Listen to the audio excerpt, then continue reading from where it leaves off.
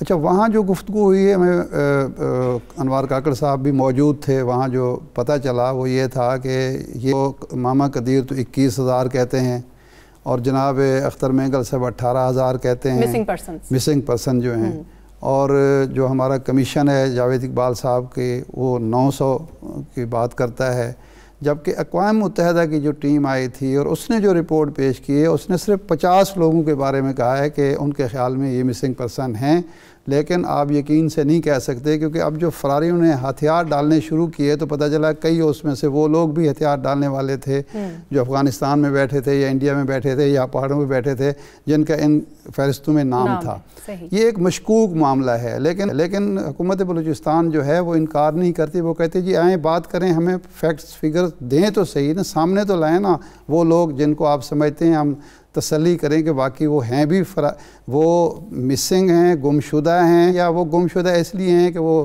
کہیں فراری بن کے بیٹھے ہوئے ہیں، کہیں ٹریننگ کیمپ میں بیٹھ کے پاکستان کے خلاف سازشوں میں شریک ہیں، ہتھیار ٹریننگ لے رہے ہیں۔ ایک بات سردار صاحب نے، جام کمال صاحب نے اور بہت ساری باتیں بتائیں جو بلوچستان کے حوالے سے عوام کو پتہ چلنی چاہیے۔ انہوں نے یہ کہا کہ بلوچستان کا اصل ایشو گورننس کا ہے، بیڈ گورننس کا یہ عالم ہے کہ جو بجٹ بنتا ہے ترقیاتی اور حکومت سے، وفاقی حکومت سے پیسہ ملتا ہے، جو صوبے کے وسائل اکٹھے ہوتے ہیں، اس کا 60 سے 70% کرپشن اور مس مینجمنٹ کی نظر ہوتا ہے، صرف 30 سے 40% لگتا ہے، کاغذوں میں لگ جاتا ہے، عملاً کچھ نہیں ہوا۔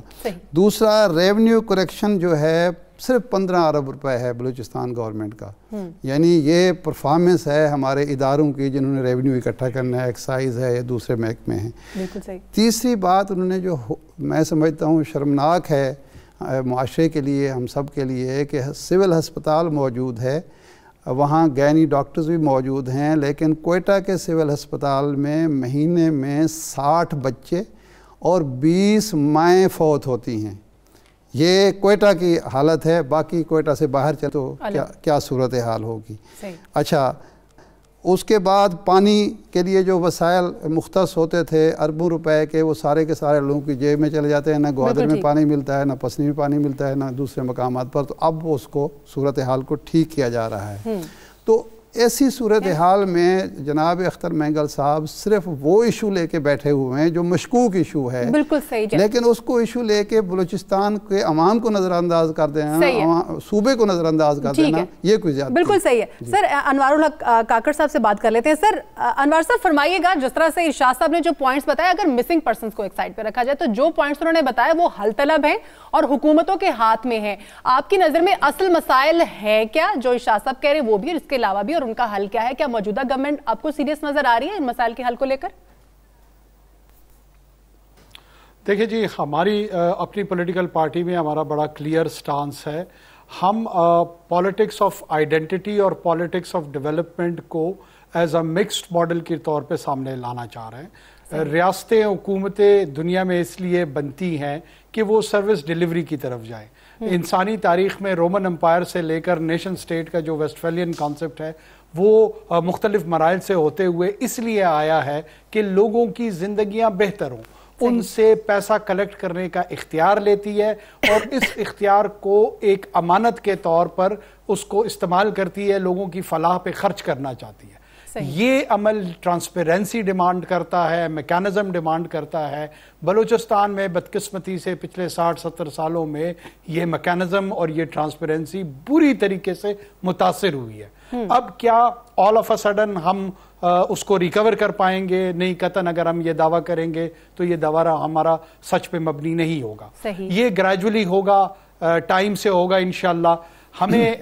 ہم وی آر ویری فارچونیٹ کہ ہمیں فیڈرل گورنمنٹ کی سپورٹ حاصل ہے، پرائم منسٹر کی سپورٹ حاصل ہے، and we have got one of the best man for last 70 years in shape of Jam Kamal Khan.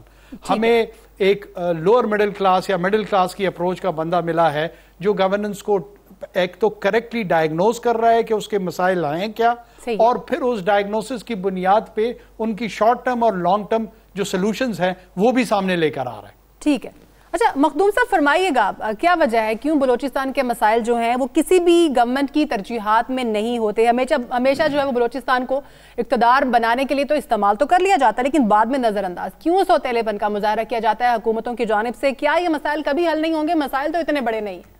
اور آغاز حقوق بلوچستان جو تھا وہ منصوبہ کیوں ناکام ہوا؟ جی مخدوم صاحب، وہ آغاز حقوق بلوچستان میں پیپلز پارٹی کے دور میں ہوا تھا۔ جی جی جی جی جی یہ قدم پیپلز پارٹی نے اٹھایا۔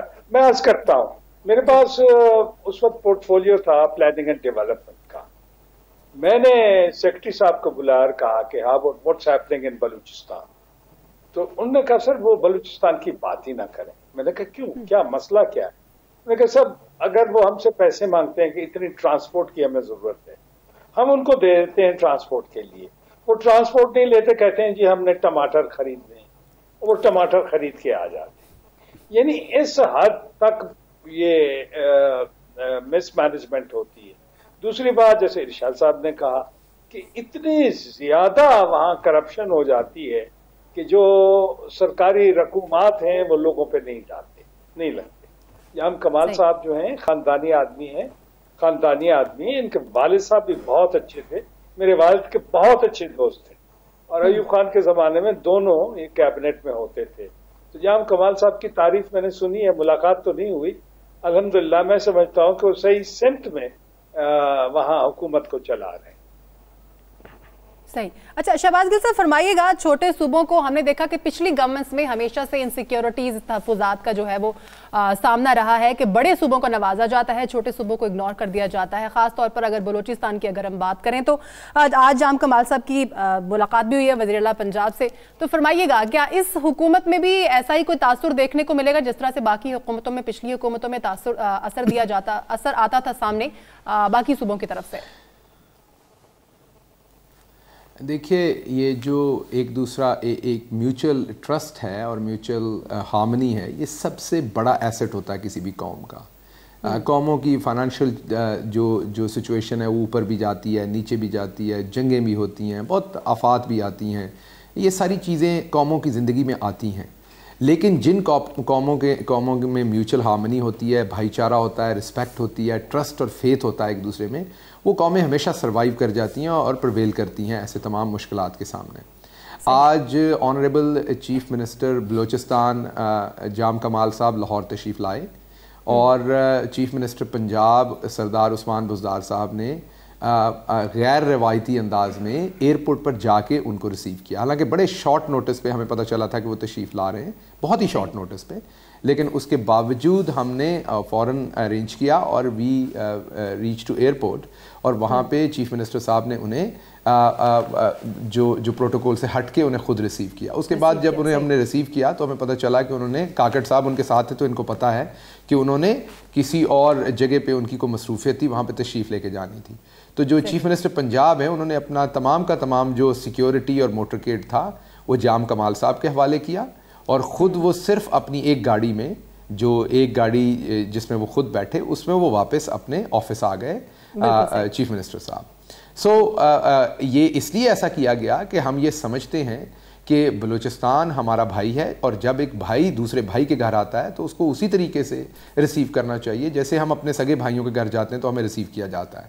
تو پنجاب میں اب جب بھی کسی صوبے کا چیف منسٹر آئے گا، وہ بلوچستان سے ہو، وہ بھلے سندھ سے ہو، وہ کے پی سے ہو، گلگت بلتستان یا کشمیر سے یا کسی بھی ہمارے حصے سے کوئی وہاں کی جو الیکٹڈ لیڈرشپ ہے وہ آتی ہے، تو ہم پوری عزت دیں گے اور ہم ان کو اسی طریقے سے ٹریٹ کریں گے کہ وہ اپنے گھر میں آئیں، اپنے گھر کے ایک دوسرے کمرے میں آئیں یا حصے میں آئیں۔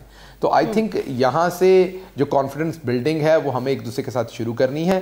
جہاں پہ جو انڈر ڈیولپڈ ایریاز ہیں وہاں تک ہم نے ڈیولپمنٹ لے کے جانی ہے، پر کیپٹا سپینڈنگ کرنی ہے، عوام کو مطلع کرنا ہے جو وہاں کے لوکل پولیٹیشنز نے ان کے ساتھ ظلم کیا، اور جو اوور آل اشرافیہ نے، پورے ملک کی جو اوور آل اشرافیہ تھی انہوں نے ظلم کیا۔ اب یہ تبدیلی آ جانی چاہیے کرنا ہے اور اس کے ساتھ ساتھ ان کی ڈیولپمنٹ کرنی ہے۔ یہ استقبال جو شہباز گل صاحب ہوا ہے، یہ اب آپ سندھ کے وزیر اعلیٰ کا ضرور کریں، ورنہ لوگ کہیں گے ایک بلوچ نے دوسرے بلوچ کا استقبال کیا ہے۔ جی راجہ عامر صاحب کیا ایڈ کرنا چاہیے؟ یہ میں ابھی آپ کو ایک چیز صرف اس میں ایڈ کر دوں، مجھے اگر آپ موقع دیں۔ یہ جی آلریڈی یہ ڈیسائیڈڈ ہے اور ہماری طرف سے دعوت بھی ہے. نہیں سر یہ لائٹر نوٹ پہ نہیں ہے. میں آپ کو یہ چیف منسٹر صاحب کی پوزیشن بتا رہا ہوں, یہ ڈسکسڈ پوزیشن میں آپ کو بتا رہا ہوں. جب بھی مراد علی شاہ صاحب آئیں گے ہم ان کو بالکل راجہ عامر صاحب کا بھی موقف لے لیتے ہیں. جی راجہ صاحب. جی سمیرا, میں سمجھتا ہوں کہ بلوچستان کا, میں کیونکہ میرا زندگی کا بیشتر جو ٹائم ہے بلوچستان میں گزرا ہے, بلوچستان کا جو ایشو ہے وہ ہے کہ آپ نے بلوچستان کو قومی دھارے میں لانا ہے. پہلے کیا ہوتا تھا, بلوچستان کو قومی دھارے میں لانے کے لیے نوابوں اور سرداروں کو پیسے دے دیے جاتے تھے جو کہ عوام پہ خرچ نہیں ہوتے تھے, ایجوکیشن پہ خرچ نہیں ہوتے تھے, تو اس طریقے سے وہ قومی دھارے میں نہیں آتے تھے, اور وہاں کا جو پڑھا لکھا یوتھ ہے وہ مجبوراً جب اسے نوکری نہیں ملتی تھی وہ انسرجنسی کی طرف جاتا تھا.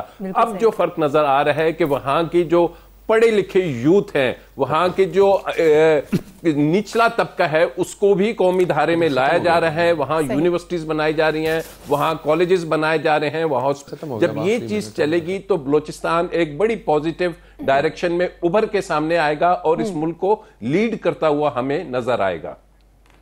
ٹھیک جی, یعنی کہ تبدیلی جو ہے وہ آ رہی ہے اور تبدیلی آنی بھی چاہیے, کیونکہ بلوچستان جو ہے وہ عرصہ دراز سے احساس محرومی میں مبتلا ہے اور نئی حکومت آئی ہے تو وہاں کی عوام بھی ان سے یہی ایکسپیکٹ کر رہی ہے کہ وہاں پر بھی تبدیلی آئے اور تبدیلی آنی بھی چاہیے, اور ہم بھی یہی ایکسپیکٹ کریں. بہت شکریہ میرے تمام مہمانوں کا. ارشاد احمد عارف صاحب, راجہ عامر عباس صاحب ہمارے ساتھ موجود تھے, انوار الحق کاکڑ صاحب, شہباز گل صاحب اور مختوم شہاب الدین صاحب, آپ سب کا بہت شکریہ. سمیرا مرزا کو اجازت دیجیے, اپنا خیال رکھیے گا. اللہ حافظ.